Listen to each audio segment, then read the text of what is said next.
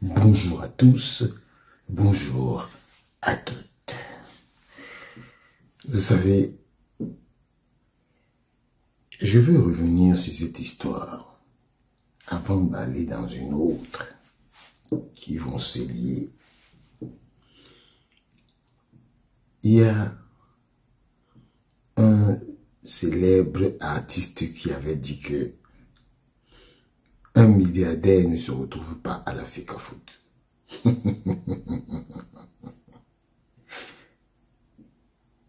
C'est quand même incongru de dire ça.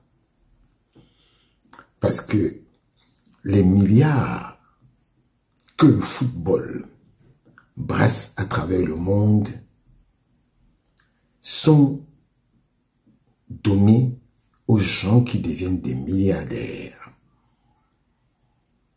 Ok? Une prime de match d'un joueur de football n'est pas équivalente à un gombo. Un gombo, hein, je dis bien, de scène d'un artiste comme celui-là. Ce n'est même pas équivalente à l'ensemble du prix d'entrée d'un concert comme celui-là. Et vous connaissez l'émir du Qatar. C'est un multimilliardaire. Qu'est-ce qu'il fait avec le PSG? Quand vous avez des gens qui, comme ils se sont levés, ils ont réfléchi et ils ont pensé qu'ils sont les plus intelligents du monde et qu'ils viennent vous raconter des histoires comme ça, il y a des gens qui disent que oui, il a raison, mais il faut que vous sachiez une chose, c'est que on ne peut pas être tous bêtes au même moment. On ne peut pas être tous bêtes au même moment. Moi, je suis très amusé quand j'écoute ces genres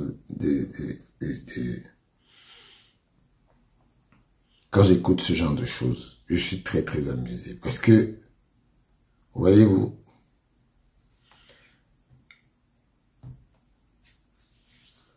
pourquoi est-ce que aujourd'hui au Cameroun,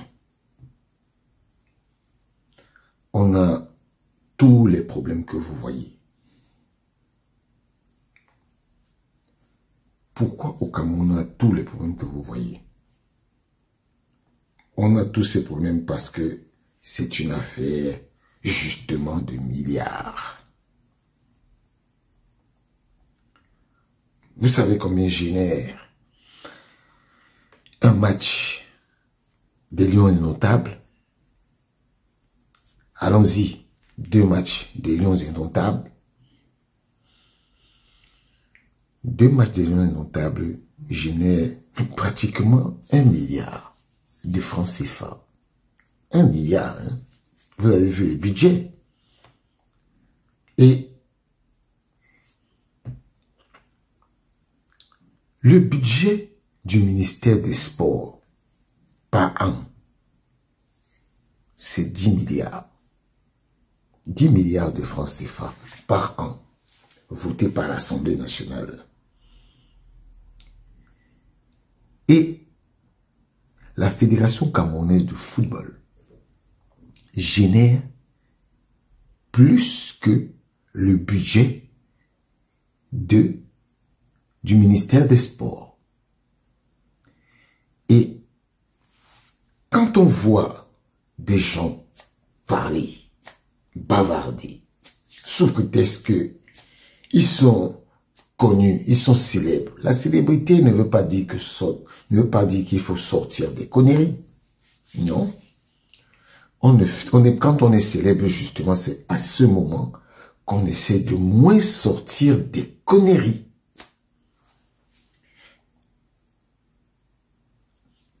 On continue. La confrontation Cameroun-Kenya et Kenya-Cameroun, comptant pour les éliminatoires de la CAN,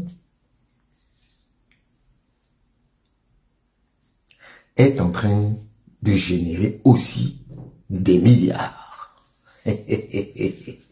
Et dans ces milliards, le ministre des Sports veut sa part.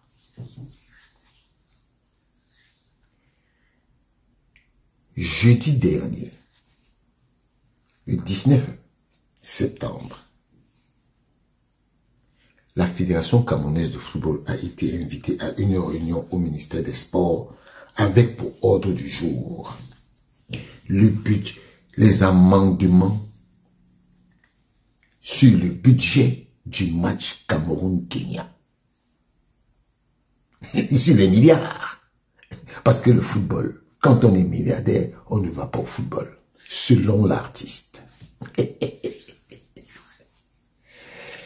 Et sur place, le directeur des affaires générales du ministère des Sports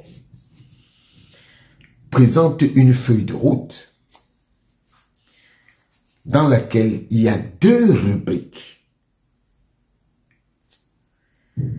qui sont assez troublantes, qui ont été ajoutées au budget concocté par la FECAFOOT. Et ces 2 rubriques sont le paiement des équipements sportifs des Lions indomptables à hauteur de 25 millions de francs CFA. Monsieur l'artiste, 25 millions de francs CFA. C'est pourquoi, alors que les Lions ont un équipementier, alors que les Lions ont des équipements, il ne manque de rien.